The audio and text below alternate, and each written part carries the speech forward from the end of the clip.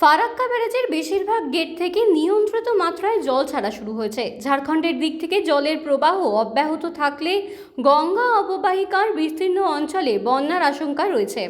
মুর্শিদাবাদের ফারাক্কার বাঁধ এলাকায় গঙ্গায় আপ ও ডাউন স্ট্রিমে জলস্তর বিপদসীমা অতিক্রম করল সোমবার। ফারাক্কা ব্যারেজ এলাকায় গঙ্গার বিপদসীমা 22.25 মিটার।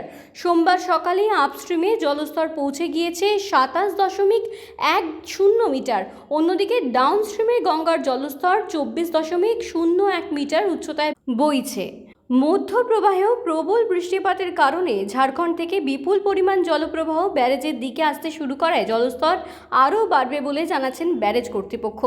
ইতিমধ্যে ফারাক্কা ব্যারেজের বেশিরভাগ গেট থেকে নিয়ন্ত্রিত মাত্রায় জল ছাড়া শুরু হয়েছে। ঝাড়খণ্ডের দিক থেকে জলের প্রবাহ অব্যাহত থাকলে গঙ্গা অববাহিকার বিস্তীর্ণ অংশে বন্যার আশঙ্কা রয়েছে বলে সূত্র মারফত জানা যাচ্ছে। মুর্শিদাবাদের সুতি শামশেরগঞ্জ হয়ে পদ্মার যে শাখা বাংলাদেশে প্রবেশ করছে সেখানেও জলস্তর বিপুল পরিমাণে বৃদ্ধি পেয়েছে।